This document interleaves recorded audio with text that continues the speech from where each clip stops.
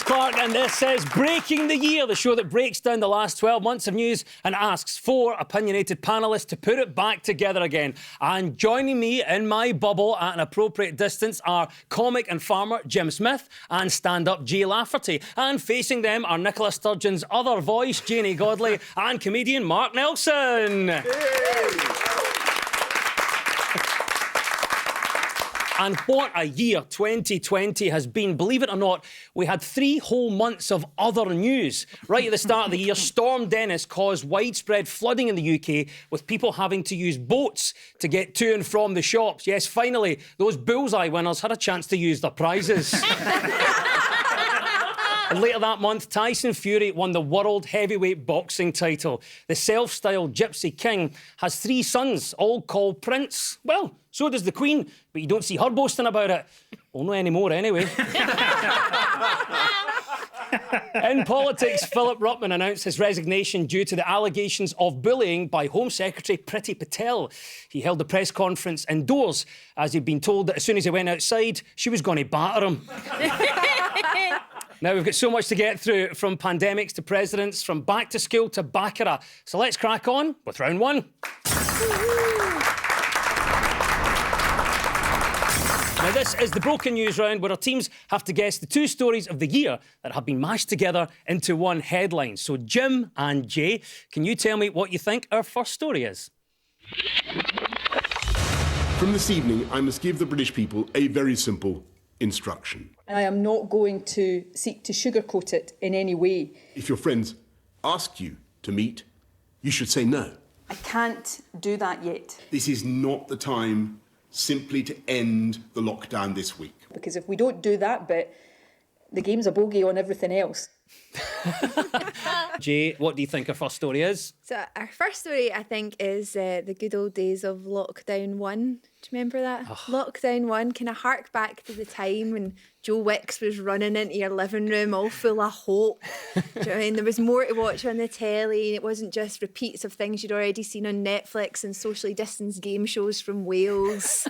It wasn't stuff like that. It was. Do you remember? It was the time when we went outside and clapped for the NHS instead of ignoring what they were telling us and putting the NHS into difficulty. Do you know what I mean? When we actually liked our neighbours and we baked them banana bread instead of looking for a new house to get away from them. It was an innocent time. Lockdown 1. The good old days. The good old days of Lockdown 1. Yeah, Lockdown 1 is, of course, the right answer. It is the dominating story of 2020, and it is the news that as we got into March, COVID-19 had started to take a foothold in the UK, and shortly thereafter, by the 24th, Scotland was officially in lockdown. Then, as the summer wore on, we slowly got used to a new normal. Lockdown was a fantastic opportunity to learn completely new skills, regardless of your experience. Yoga, baking, heading up a multi-million-pound track and trace system. Just about having a bash.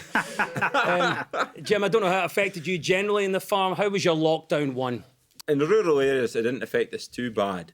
The funniest thing I ever saw was how the village shop was going to cope to the one-in, one-out thing. And what they did, no word of lie, the local village shop, they had a batting system. They had 4 blocks of wood. And you put that in, and you could only go in if you had a batten. So if there was 4 battens missing, there was 4 folk in the shop with a batten, you know. But of course, all the old men would go away home with the batten. And then at times there'd be nobody in the shop and a queue of folk outside, but no battens, you know. So I think I actually saw one of those battens for sale on eBay. What really annoyed me was people coming up to me and going about how, because we were locked in, and for creative people it must be great for us because we would get to, you must be writing so much. And somebody came up to me and he said, did you know that William Shakespeare, during the Spanish flu lockdown, he managed to write King Lear and Macbeth? And I was like, that's brilliant for him. But I imagine William Shakespeare wasn't getting punched in the crotch every 2 seconds for putting on the wrong episode of Paw Patrol. It has been a remarkable year, Janie, and Lockdown 1 was where it all started in March for Scotland. How did it pan out for you? I decided that I have to work from home, so we needed backdrops. My husband, who is really into buying things on Amazon. It's his thing. He's at a certain age. Like, I need to wake up and see what's happening in Amazon. And we've now got 19 backdrops pegged onto the curtains. 1 minute I can be in San Diego. The next it's a log cabin. The other one's Christmas. And then there's one that looks like I've just been held hostage by a creepy man called Tam in a basement. That's been my first lockdown. One of the things that I learned during lockdown was that I can have alcohol delivered to my house faster than I can go out and buy it. And that was a revelation. This is and dangerous. I'm glad that I learned that, after lockdown, because if I'd known that before, I'd have been locked up, never mind lockdown. I ordered a bottle of gin. It actually arrived at my door before I finished cutting the lemon. It was amazing. But I was quite drunk. It actually turned out it was a bit of potato, but still it went lovely with the gin. Jim, what will you remember most about lockdown 1? It's possibly middle-aged men conspiracy theories about where the virus came from. Men going, now, I had a bat supper once, and I was fine. I had a bat supper at Smithy's in Aviemore, and there was nothing wrong with it. I was all right. There was nothing wrong with it. There's no way all that could have come from some laddie eating a bat. It's got to be government. Do you not find a bat supper's too much, though? I just like a single bat. A single bat's good with a wee onion. Oh, We are, of course, talking about the first lockdown, which is easy to distinguish from the second lockdown because it was the one when you were still married. Yeah, that was lockdown 1, and Jim and Jay, you get 2 points for that. Right, Janie and Mark, what was the other story we were after? Was it Lockdown 2? Yeah, the sequel.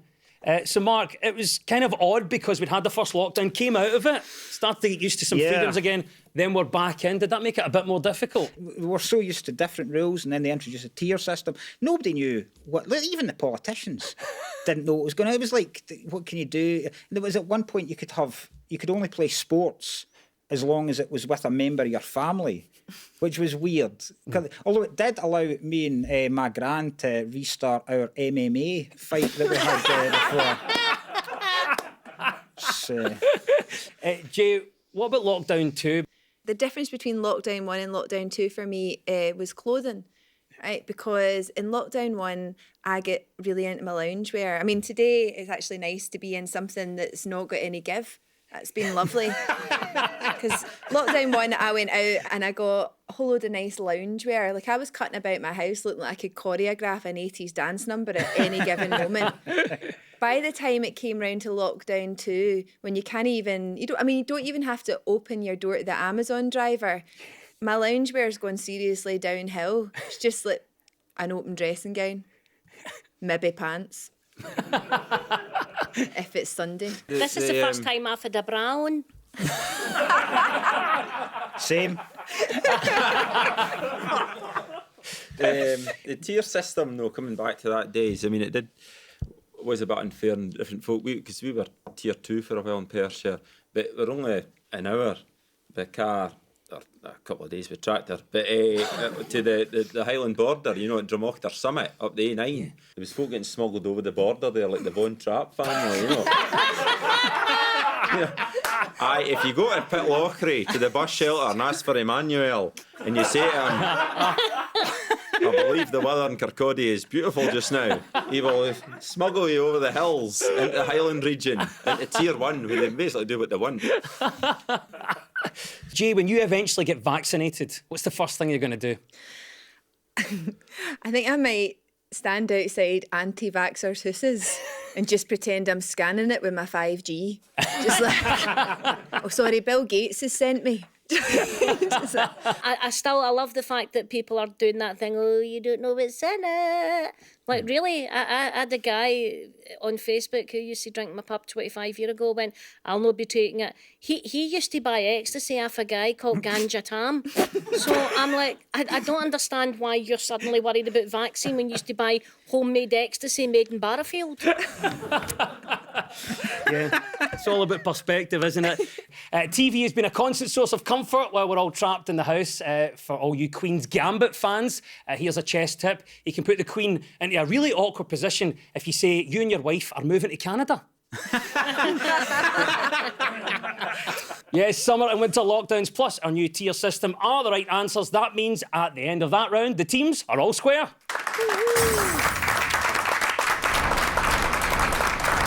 Now, so much of our news is about public opinion, but as we can't go out and about at the moment, we've asked a couple of our pals to send us their thoughts on two of the big stories of the year. So, Janie and Mark, what story do you think former BBC Scotland political editor Brian Taylor is talking about here? I mean, you get those folk. They talk as if a flight to the sunshine was a basic human right. I mean, don't get me wrong. I like lying by the pool the same as any other guy, but yeah, I can probably do without it for a few months. I mean, the big one that gets me is probably the supermarket. I mean, you queue forever to get in, and there you are. You're just desperate to get into that one particular aisle, and there's a guy in there. He cannot make up his mind whether he wants the brie or whether he wants the cheddar. I just feel sometimes I'm just tempted just to rush in there to get at the cheese. What a legend. What do you think Brian was talking about? Was it the people that wouldn't do what they were told? Was it that? That is correct, yes, well done. Yes, these were the high-profile people throughout the year who bent or just plain broke the rules that in some cases they had asked all of us to follow. From Catherine Calderwood and her second home in Fife to Dominic Cummings' infamous trip to Durham, and not to mention the birthday girls Rita Ora and Kay Burley. And of course Margaret Ferrier, who travelled from London to Glasgow after testing positive for coronavirus, becoming the politician people most feared meeting on a train, replacing the previous number one, Michael Portillo. What did you make of these high-profile figures breaking the rules? Catherine Calderwood, right at the start, that was a big one. So she went to her holiday home in Fife, and people were furious with her because the thought that anyone would holiday in Fife was just like it was unforgivable. And then Margaret Ferrier recently decided to do a bigger tour than Springsteen, and then for some reason. But even they, at least they're likeable people. Even Kate Burley, you kind of go, well, she's made a mistake. Cummings was the one that kind of sent everyone into a rage. What really annoyed me was he drove from London to Durham for childcare. How much of a pain in the arse is your weighing when you can't find anyone willing to look after it in a 100-mile radius? Like, how bad is that kid? I think that Nicola Sturgeon had to get that Find Friends app on all MPs so she could just sit in the house and go, Peter, that's another one left the zone. And then had to get them all back in. She was playing like a giant Sims games with them, you know. Obviously, we've seen the high-profile rule breakers and we've tried to stick to them ourselves. Is there a personal rule of yours, Jim, that you hate to see broken? Well, folk that call bales of hay bales of straw. Scum. I hate it. Scum. Mark, what is a personal rule of yours that you hate to see broken? It's parent and child parking spaces and people that use them when they've not got kids. And what I like to do is if you're ever in a supermarket and you see somebody and they come out and they've no got, you just shout at them and you go, you forgot your wains! And then you just chase them like the Terminator after their car. Can I just say that happened to me when I was 9 months pregnant and I had a big coat on and I parked in the mother and child parking spaces because I was 9 months pregnant and huge, right? Yeah. And I got out and this guy was like, where's your wains? And I turned round and flashed. Like, I just opened my coat and I don't know what he thought he was going to see. And I was like, here it is, here.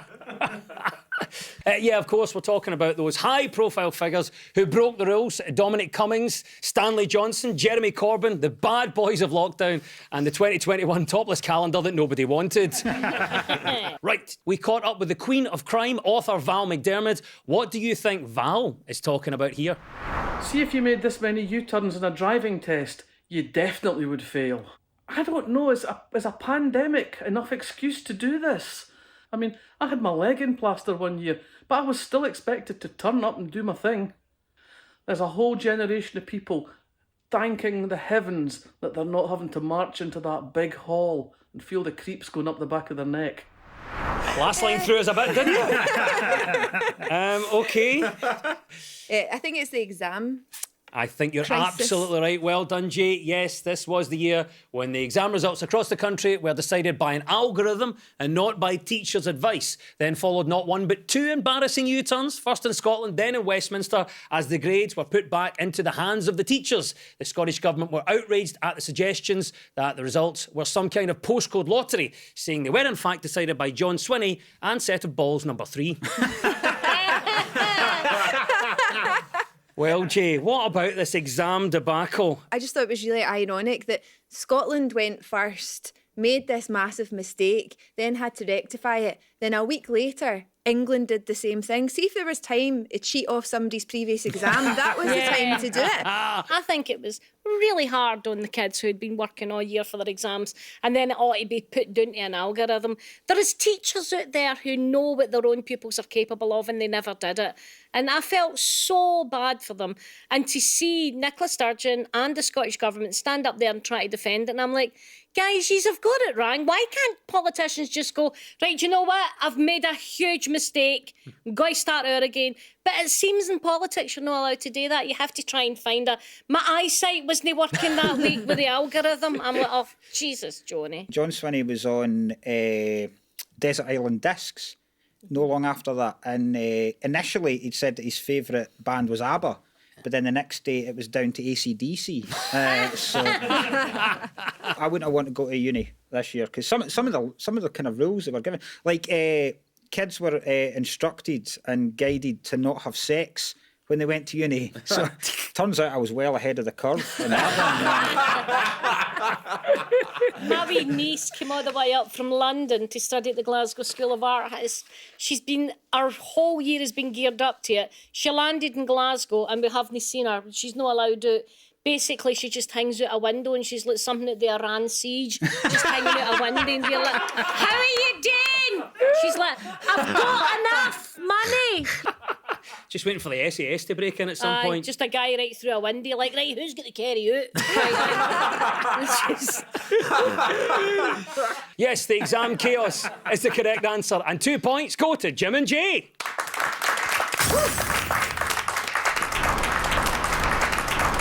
Now, this round is all about who's in the news. I will play you a clip of a mystery person who has featured prominently in the news this year. And all you have to do is tell me who it is. So, Jim and Jay, you're up first this time. Who is this and why are they in the news?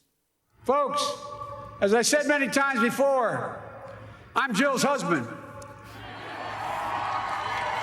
And I would not be here without her love and tireless support of Jill and my son, Hunter, and Ashley, my daughter, and all our grandchildren, and their spouses, and all our family. Who does that voice belong to? Jim, any thoughts? Joe Biden. Joe the Biden. new USA elect Absolutely. president, man. What? USA elect president, man. Joe Biden That's his technical name. is exactly the right answer. Thanks to a political correspondent there, Jim Smith. First president of a US president, man. Well done. Fantastic. Thank you to the Speaker of the House there for that eloquent answer. That is the correct answer. Also known as President-elect Joe Biden. Mr. Biden won the US election and at time of recording looks set to be sworn in as the 46th President of the USA in January. However, the current occupant of the White House, Donald Trump, still says that he won and it's all a fraud. There is a good chance he will be serving another 4 years, this time in a Washington penitentiary. I know you followed the election in America. What did you make of it, Jay? Both their presidential adverts look like wee men selling Viagra. It's just... Mark, what about you? I know you follow politics closely and been talking about this a lot. What did you make of the whole presidential race then? It was a fascinating thing. The various kind of things. When Trump called out Proud Boys, the Proud Boys, Yeah. I didn't even know who they were, and it turns out they put out Motherwell in the UEFA Cup last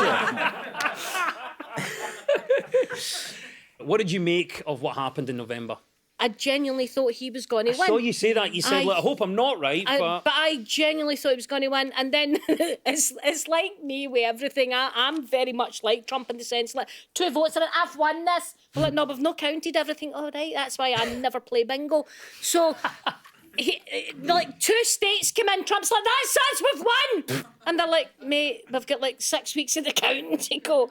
And he just can't accept he's lost. So I can't wait for my birthday, January the 20th. Here we come. There you go. Janie's raising a glass tip. This is a trend for years to come, Jay. Who do you think should be next? Who's the next celeb that you'd like to see go into politics? Willie Rennie.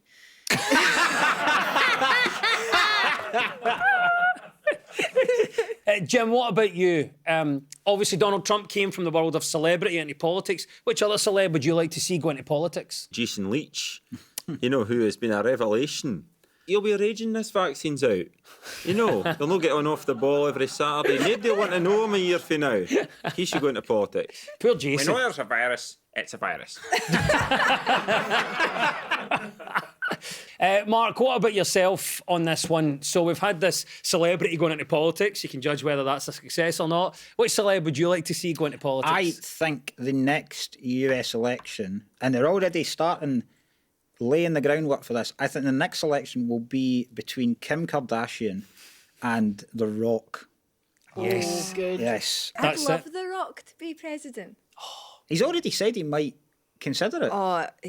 I love The Rock. You heard it here first. The Rock versus Kim Kardashian.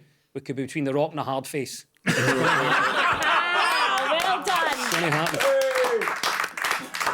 Trump regularly turned up at rallies wearing a cap bearing the letters MAGA, taken, of course, from the campaign slogan, Make America Great Again. Biden often wore a T-shirt with the word SAGA, which is taken for the welcome pack for his last holiday. Yes, Joe Biden is correct. Well done. 2 points to Jim and Jay. Right, Janie and Mark, it's your turn now.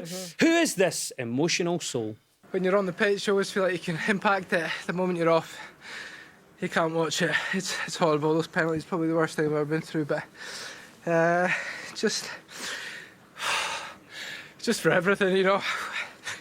Oh, I'm gone. I'm nearly going myself here.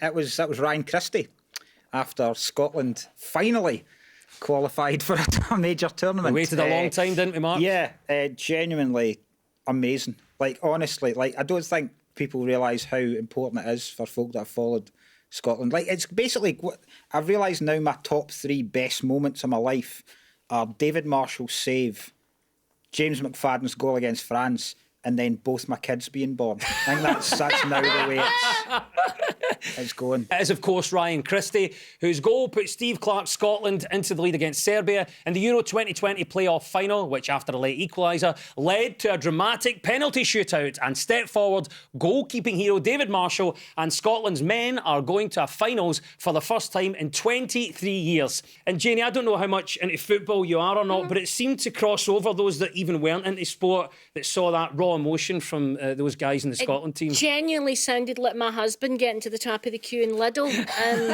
I was like, I finally did it. See, my husband gets so stressed out about it, and I'm sure everybody did, that I was watching it and I was like, not too investing because I'm that way, I'm scared. Ashley came in, she went, I'm always a jinx, I need to leave the room. And my man just got up, went, nope, can't cope. And he went in not only his bedroom, but in his ensuite toilet and hid. And I was like, right, okay, so it's down to me to deliver this. And as I watched the penalties, I was so tense. And then when David Marshall saved, honest to God, sausage dog up in the air, table kite right out, ran through the house, and I had to go through about 4 doors. My husband was just sat in the toilet and like, we did it! And he went, what happened? I went, I can't remember, things happened. I can't remember the details, but a man saved a penalty. He was in tears. I never realised how much invested he was crying. Ashley was crying. The dog was like, arr, arr. I was like, that's a shame. So it was just really, I think because... And I think I can speak for everybody. We'd held all our emotions in, not just about football, but through the coronavirus. We've all have to put the sadness down, peep down the panic, try and keep up with your anxiety. Then we went, wow! So I think that's why it was such a big outburst, as we finally got something to scream about. And I didn't even know who was playing. The celebrations at the end, like I when all the players were, I haven't enjoyed watching 11 grown men hugging that much since my stag do in Thailand. Like, that was genuinely... What I do have to say is, because I went and watched his interview, Ryan Christie, who I didn't know who he was. I don't follow football, and I'm watching him, and it was beautiful. It was really emotional. But the whole time, all I could think was, is this what footballers look like now? Because he looks about 15. I don't know how old he is, but he looks so young. I grew up in the 80s where my footballers looked like old men. Do you know what I mean? Like Andy Gorham. He had no teeth. Do you know what I mean? He looked like he had just perms, no teeth, growlers. But you're right, yeah. And talking of 80s footballers, this is playing right into Jim's hands here. We've come such a long way just because we all grew up in the 80s, obviously. I just thought we turned up for World Cups. I thought it was automatic. Yeah, and you're actually looking at the records. Scotland's last match at a major tournament for the men was a humiliating 3-0 defeat to Morocco, or as it's become known over the last 2 decades, the glory years. Yes, Scotland's men's football team qualifying for Euro 2020 is the right answer, and 2 points go to Janie and Mark. And it's time now for our final quickfire round, which is all about deciphering the numbers in the news. So I'll read out a headline. All the teams have to do is fill in the blanks. So get ready, teams. When we run out of time, you'll hear this. Oven ready, slam it in the microwave, it's there. There we go. That's Boris Johnson auditioning for next year's Bake Off. Right, let's go, teams. Here we go. What is 20 times more dangerous than Joe Wicks? Janie. A spider with a knife. Mark. Is it asking a woman that works in Greggs how long the steak bakes will take? Oh, that's dangerous. That's maybe 200 times more dangerous, mate. What is 20 times more dangerous than Joe Wicks? Jay. A mum homeschooling with a gin hangover. Hey. Jim. Is it going to Wix, the DIY store, and thinking you can put up a bathroom yourself? Like what Opti did. Let me just check. It's unfortunately not the right answer. We didn't quite get there with our panel. But I can tell you that what is 20 times more dangerous than Joe Wicks is a trampoline. This is according to statistics provided by a hospital in Essex. Joe Wicks' famous workouts only caused 2 injuries during lockdown, whilst trampolines caused 40 injuries. Oven ready, slam it in the microwave, it's there. Oh, there we go. The time has come. That is the klaxon. Boris has Johnsoned. And it means at the end of the quiz, our winners are Mark Nelson and Janie Godley. Well done. And commiserations to our runners-up, Jim Smith and Jay Lafferty. And as we finish our review of 2020, we'll leave you with some breaking the year predictions for 2021. Now, I know there's some anxiety around whether we'll all be vaccinated in time for the big Brexit festival. But don't worry, if you're not, you can easily recreate the experience from home by humming the national anthem while stamping in a croissant. The year is broken. I've been Des Clark. Goodbye!